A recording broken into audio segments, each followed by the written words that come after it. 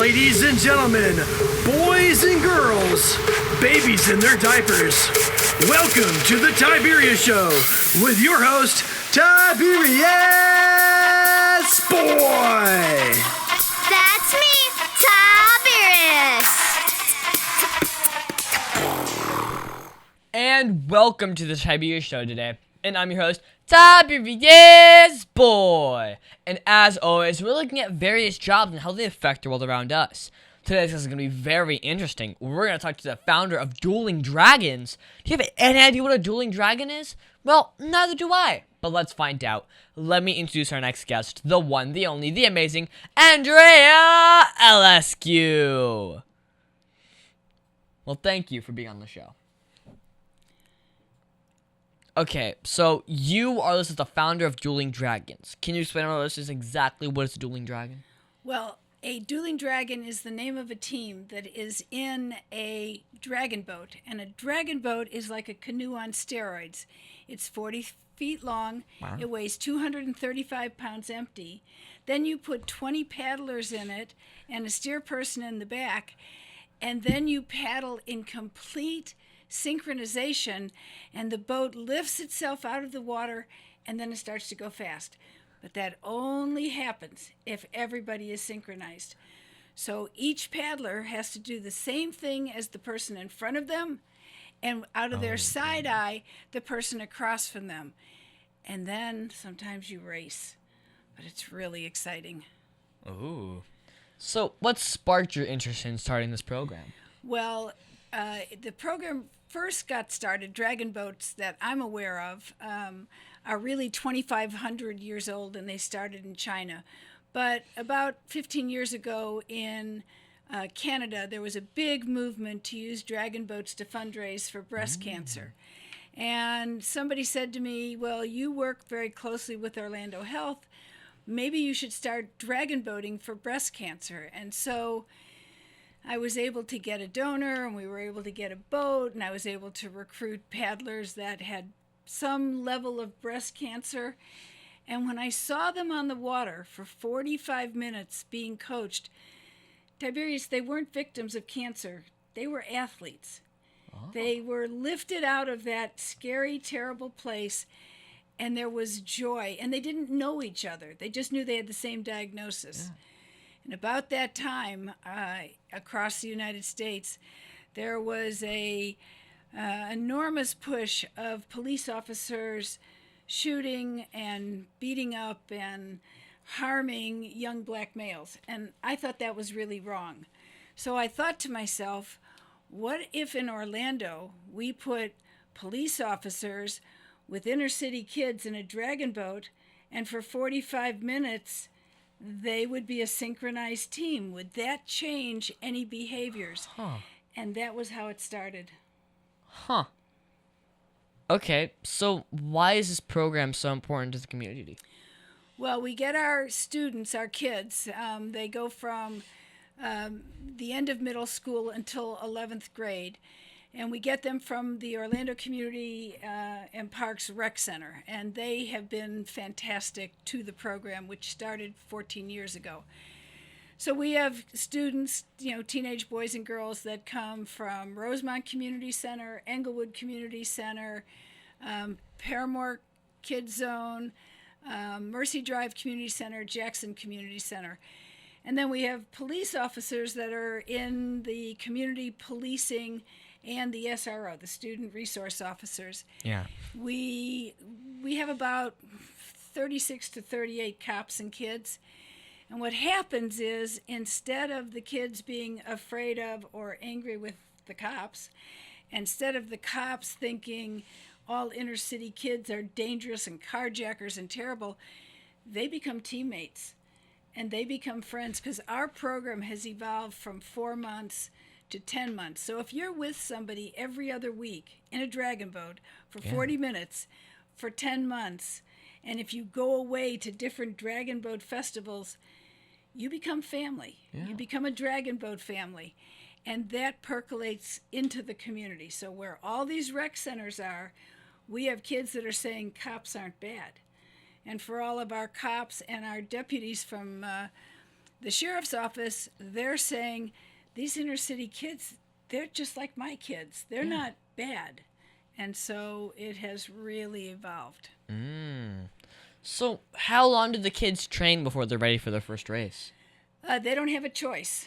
We go to festivals, which is what it's called in dragon boats, versus regattas if you're rowing, when they're offered and where they're offered. So what we have done, because we've been very successful with the Orlando community donating money to us to be able to do this program, we go to 3 festivals in the state of Florida over the 10-month, and then we pick one away festival that is really exciting. And so we've been to Toronto, we've been to Chicago, we've been to Reno, Nevada, we've been to Denver, we've been to Colorado Springs. And that means that our team, Cops and Kids, completely paid for, 100% paid for. They don't have to do anything except show up and be a good teammate. They get to travel to these areas, and then they get to tour whatever is in these areas. So like in Colorado Springs, they got to tour the Air Force Academy. Oh, wow. And they got to tour the Olympic training facility. Ooh. So it's pretty exciting. And they come home and they're changed. They're different. Yeah. So what's the best part about being a founder of Dueling Dragons? I mean, I get to watch kids that have always just thought, they've been brought up, they've just been educated, excuse me, that all cops are bad. And I get them to see that all cops aren't bad. And in fact, cops sometimes can reach out a hand and help them see things for themselves that they don't do in their day-to-day life. And so it's been really exciting. Yeah. Now, I see you received a number of awards for your work with Dueling Dragons. Now, which is your favorite and why? That's a really good question, but I don't do this seeking awards, and I don't spend a whole lot of time thinking about awards. I just think that when I get an award, a whole new audience gets exposed to Dueling Dragons. Yeah. And that's a potential donor for us. It's a potential media. It's meeting somebody like you and getting to tell our story. So that to me is more important than getting an award. Yeah.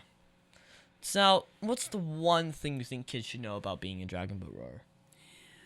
Well, in Orlando, this is the only program that involves children. So the only way to be involved in Dueling Dragons, you would have to belong to one of the community centers, one of the Parks and Orlando Parks and Rec community centers, because that's where they recruit our paddlers from. Okay. Now, here seems like a good time to take a quick commercial break. Let's hear a word from our sponsors. So you want to make an ad for your company, right? Yeah, Tiberius, you want to help me? Okay, so what's the name of the company? PPWND. PP what? Professional Pressure Washing and Detailing. So you like clean driveways? Yeah, like that. We pressure wash commercial buildings and semi-truck and trailers. So how would someone get a hold of you? They can visit my site at ppwnd.com or call me at 407-900-7793. So I just tell them to call you at 407-900-7793 or visit ppwnd.com? Yeah, Tiberius, you got it. Cut! That's a wrap! Just use that! Oak Ridge Gun Range is a family-oriented shooting range that has been in business for over 30 years. They specialize in basic firearm training and offer numerous services such as consignments, gun trades, gunsmithing, and concealed weapon classes. I even got my training for gun safety at Oak Ridge Gun Range. Great customer service, and firearm safety is what they do best. So find out more at oakridgegunrange.com. And we're back here talking with Andrea Elasky. Andrea is the founder of Dueling Dragons and a registered nurse. Ooh. I am. Okay. Now, Andrea, it says here that you're a nurse. You started a medical marketing firm. Now, why do medical professionals need marketing? Are there not enough sick people to go around? Well, there are plenty of sick people to go around, and I started this company many, many years ago before anybody did healthcare marketing. This was very, very new, and so I'm considered an elder in healthcare marketing.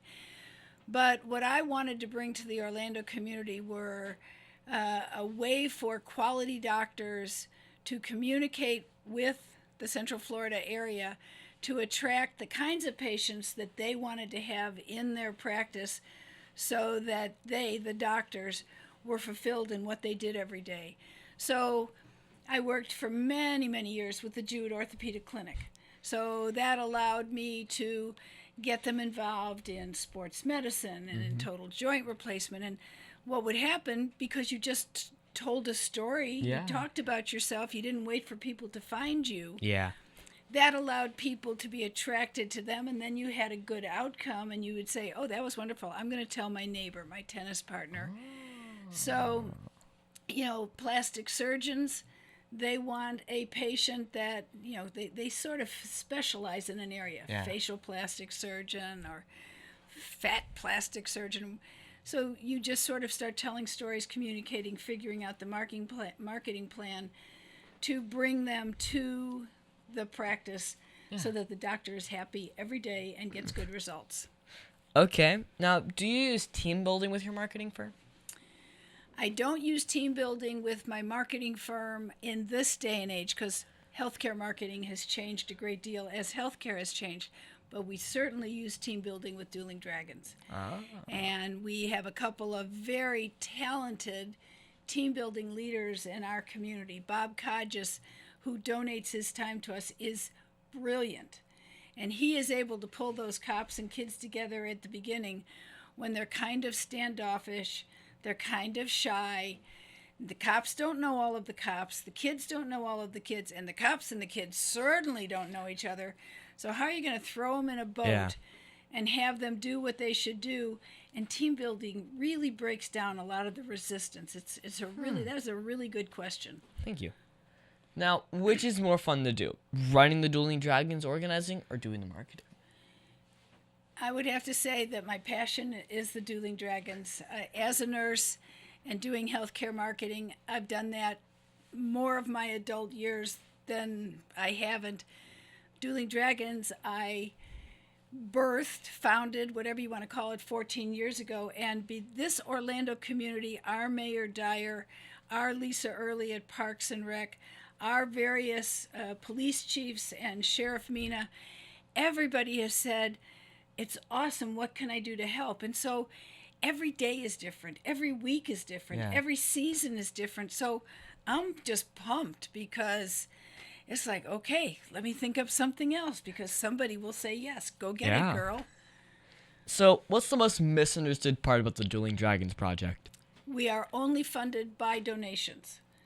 We have no other funding. All of our money runs through the Orlando Community and Youth Trust, which is downtown. So anybody that donates, that's where the check goes, and any expenses we have, that's where it comes out.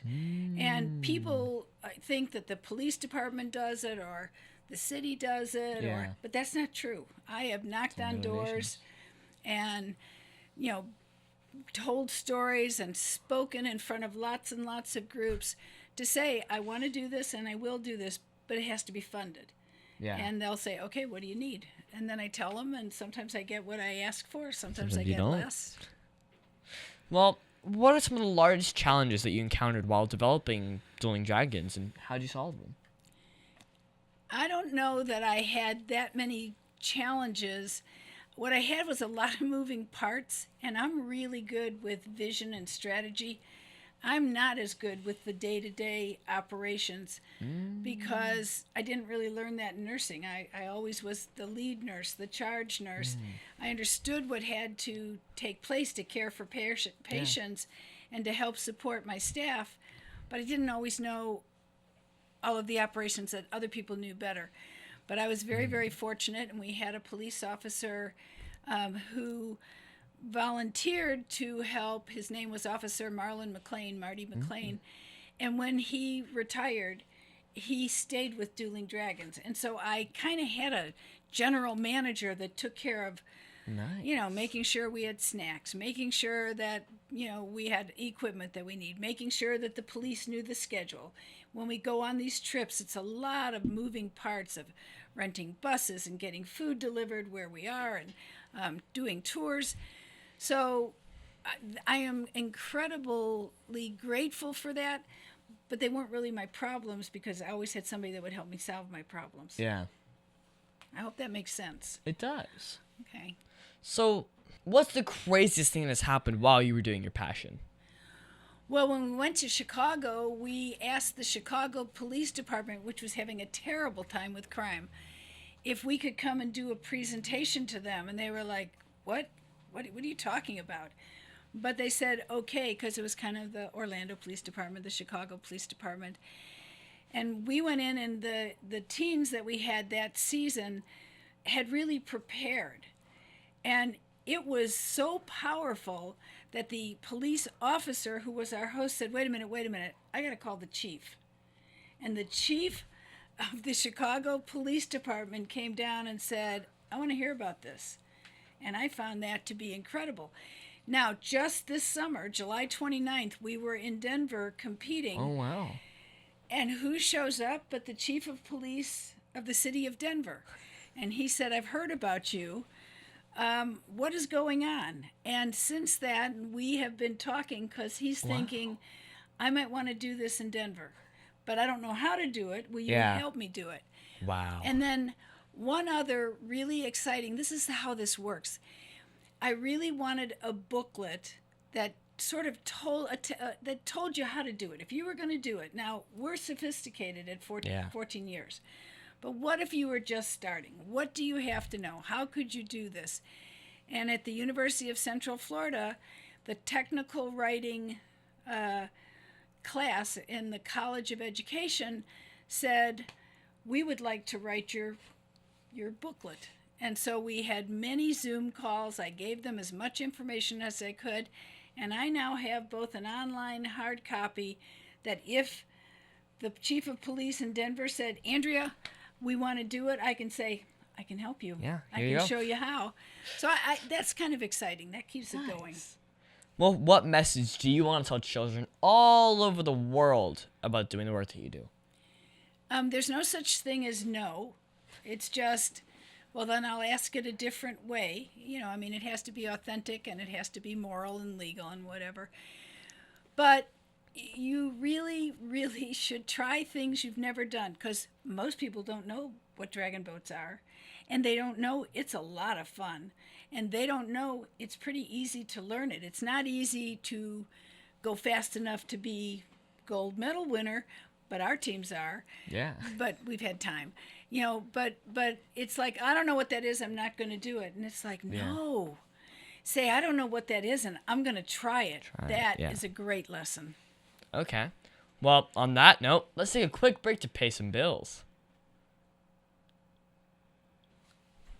The Tiberius Show would like to thank one of their dedicated sponsors, Custom Designs Orlando. These guys are on Mills Avenue and do all sorts of stuff, ranging from photo ID badges, engraved signs, custom braille ADA signs, vinyl lettering to trophies and awards. The cool part about Custom Designs is they can ship products all over the United States. You can reach them at 407-898-0373 and tell them that Tiberius sent you.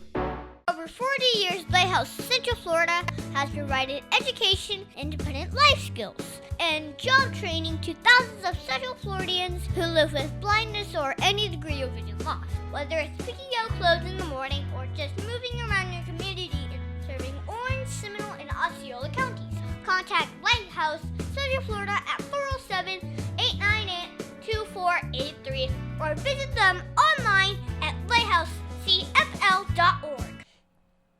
And we're back with Andrea Elasky, founder for Dueling Dragons. And wait, an author as well?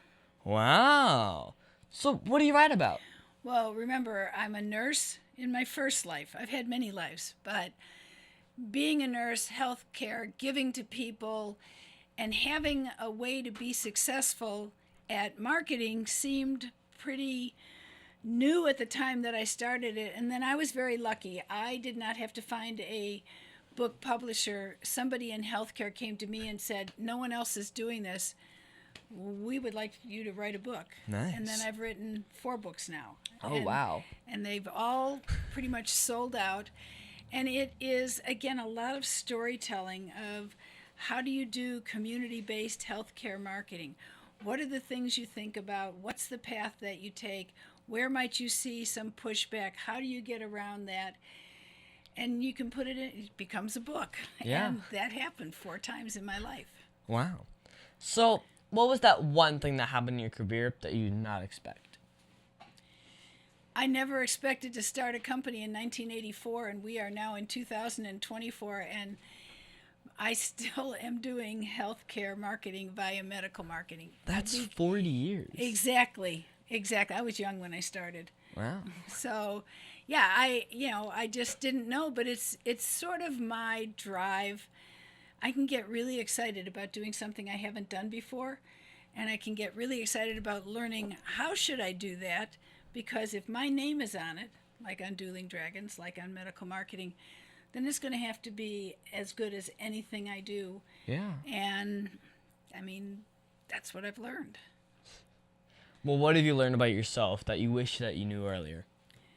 No does not mean no. No means, oh, okay, you didn't like it that way? Let me figure out another way to ask it. I mean, that's because if I had accepted no's in medical marketing, if I had accepted no's with things that we needed for Dueling Dragons, then I would have stopped. Yeah. So no only means I didn't ask you the right way. Yeah. So, if you could go back in time and give your 13-year-old self advice, what would it be? That's a really good question. And it would be, it doesn't matter what you look like at 13. It doesn't matter how you're thinking at 13. It doesn't matter how your friends are treating you at 13. Look inside, believe in yourself. Think about, even if you don't have the answers, you take that step forward because you're really going to be okay. And you are not defined. I think the most important thing, and it took me a long time to realize it, you're not defined by how other people describe you or think of you. You are defined from inside, and then you take your steps out, and you're not going to fall. Yeah. So, what was the biggest mistake that you've ever made, and how did it change you as a person? I don't know. I don't know. I drove my car too close to the curb and it got scratched. I really don't know. I don't think I'm so focused on what I do. I don't really think I've made big mistakes. I've made some learning mistakes. I've made a lot of learning mistakes, but I don't think there's like a big mistake that I say, oh my goodness, I should have jumped off a cliff. I don't. Ah, okay. Well, do you play video games?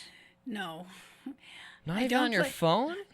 Well, no, I play different solitaires. I like that a lot. Okay. But I don't play real video games because they're just too fast and I don't want to learn them. I want to do other things.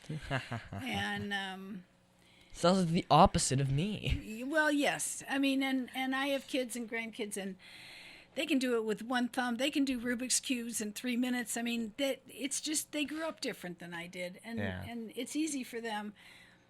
I say to myself, if it's not easy for me and I get stressed, it's like, why don't I just do something I want to do? Yeah. I don't want to do that. Like, to be truthful to you, I'm having trouble with this whole AI thing because I've lived my whole life without using AI. But I think I should spend some time learning it, but I can't seem to find the time to actually learn it, except I will be left behind, and I know that. So eventually I will learn it. Yeah, even the kids, like teens now, are going to be left behind soon enough. Well, and in healthcare, they're using AI, and in the operating room, in making diagnoses. There's a place for it, but it's not to replace human beings. Yeah. It has to be used with judgment. Yeah. So, what's your favorite book to read? That you haven't read. I am in a book club, so I am getting exposed to books that would not be my first choice.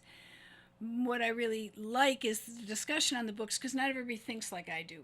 Yeah. I mean, and what I realize is there is more than one way to look at something, and sometimes it's more in depth than the way I look at it. So right now for our next book club, because right now we are in a time of an election, so we are reading Liz Cheney's book, and we are reading Gretchen Whitmer's book, and then we're going to, and our next book club is after the election.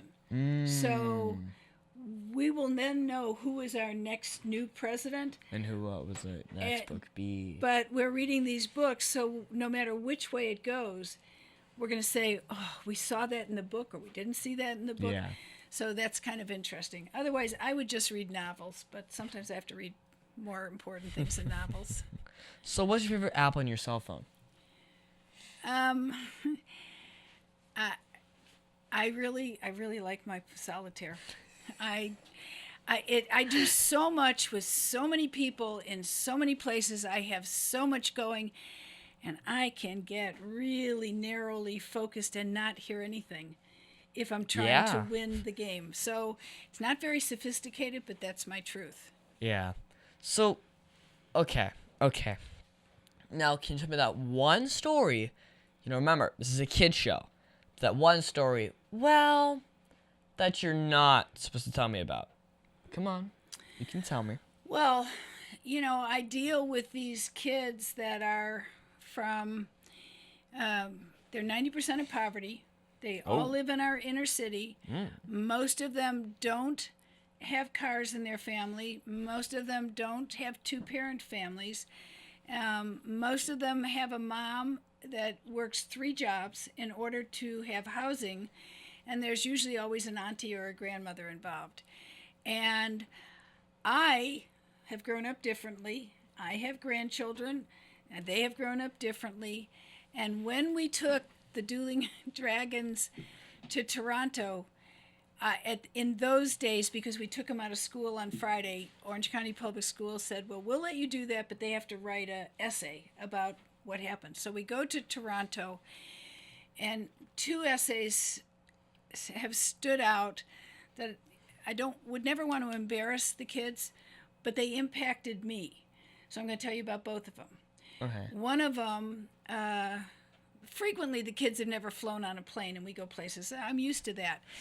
But one boy wrote, and it could choke me up now, this was the most wonderful thing because I have never seen a house with a bathtub. We don't have a bathtub in our house. We have a shower. And in the hotel room was a bathtub. And all he wanted to do was to fill that tub and see what it was like to have a bathtub.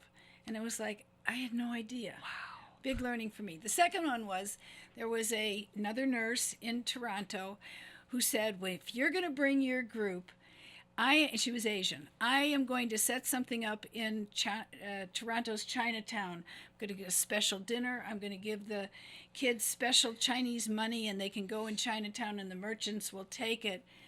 And so I had another child that said, this is the most awesome thing I've ever done, and I can't wait to go home and tell my family that China is right next to Toronto, because Chinatown is Chinatown. It really looks like China. Yeah. And I just thought, I have to keep doing this.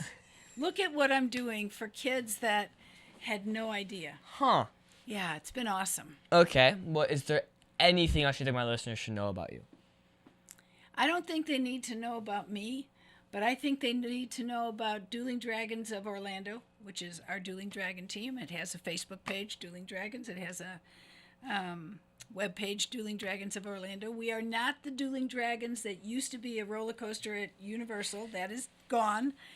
But we are the Dueling Dragons, but sometimes, Safari doesn't separate that. Yeah.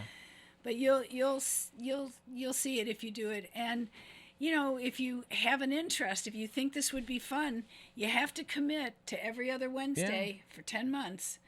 But then you have to go to the rec center that's in your community and talk to them about wanting to be on the team. Okay. Well, what is that one question that you think I forgot to ask you? Nobody pays for anything with Dueling Dragons. No family pays for anything. The boat is there. The life jackets are there. The paddles are there. The snacks, because they come straight from school on Wednesdays, because that's the short day. We get dinner, and we serve dinner after paddling, so no child goes home hungry.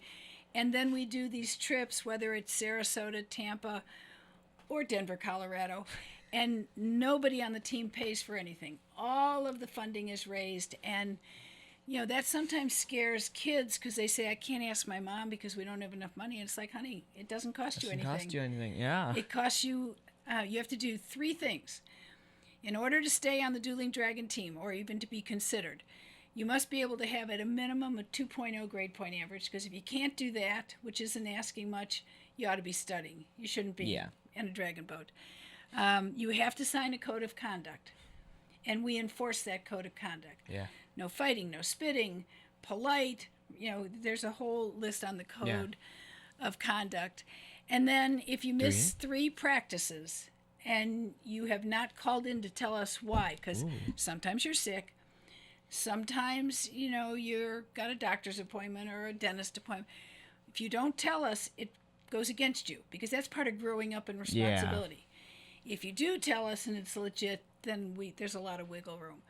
But that's what the kids have to do, and they start at maybe 13, and it depends. They're whatever 7th to 8th grade, and they go until they're in 11th grade. Wow, it's a lot of learning that can go on, and so you have responsibilities. Yeah, if you want to be here, it's okay, but there's things you have to do. Yeah.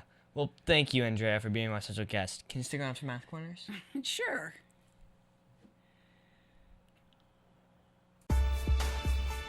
Aw, Dad, my computer's slow again and I can't play my games. Call Your Computer Solutions today, and we will scan for viruses and clean that computer up remotely and make it fast again. Our phone number is 407-826-0810. Thanks, Dad. My computer's fast again. Now I can do my homework. Thanks for calling Your Computer Solutions at 407-826-0810.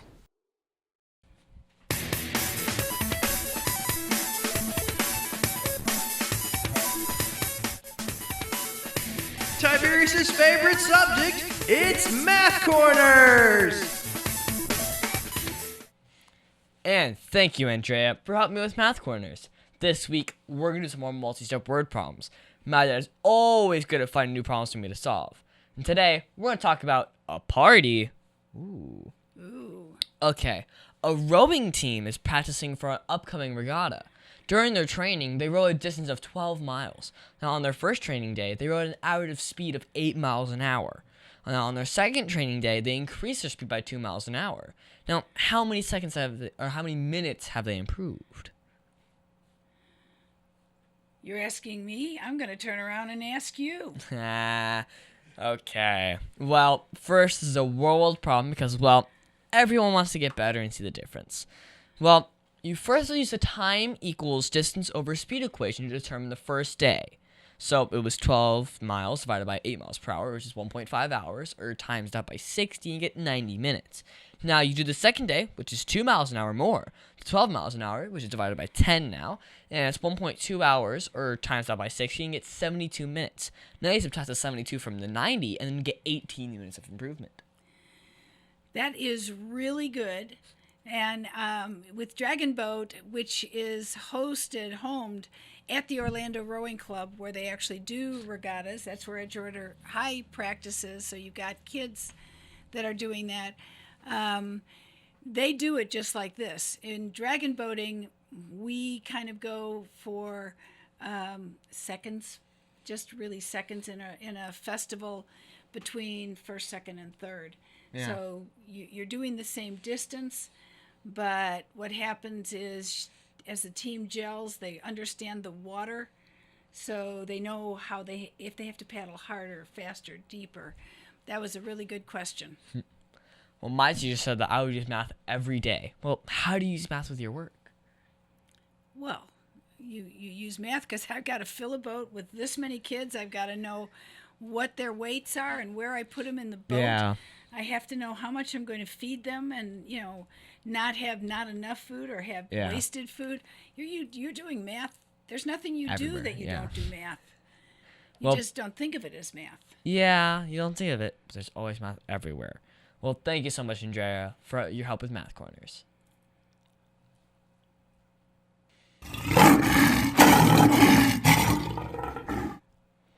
And now it's time for the Heart of a Lion. As you know, we talk about the qualities of living by the Heart of the Lion, which stands for leadership, integrity, obedience, and nobility. This week, we're going to talk about obedience. For me, I think obedience is doing what is right, even when no one else is looking. The qualities of integrity is honesty, sincerity, truthfulness, and fairness.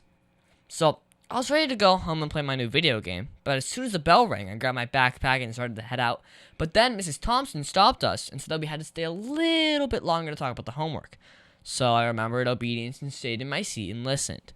Even though I was impatient, I realized it was actually pretty helpful. Miss Thompson explained some tricky parts of the homework that I didn't get before. By the time she finished, I felt more confident about it. When she finally let us go, I was glad I had listened and stayed because it made doing the homework a lot easier. So, Andrea, did you see or use integrity at all this week?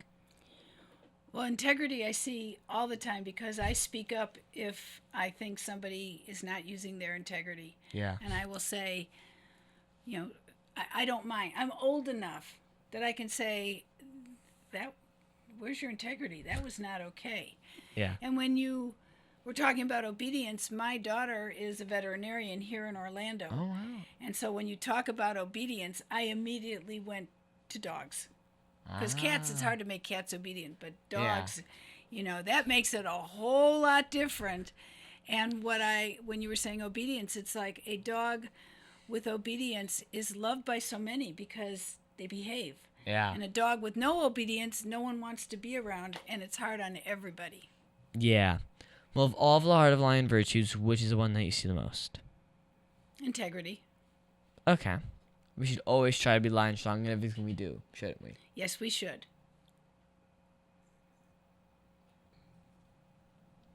And that's our show, folks. I want to thank the one, the only, the amazing Andrea Elasky for being on my show. It has been so much fun talking with you today. I think we learned a lot about your work with Dueling Dragons.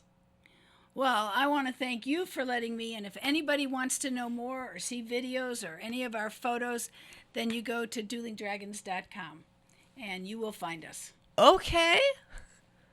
Wow, you did it on your own. I didn't have to tell you. Well, also, you can find me on Facebook and Instagram at The Tiberius Show. And I would like to thank WWPR 1490 AM, K1998, Soul Radio 24/7, EasyBite TV, and all the other stations that air my show.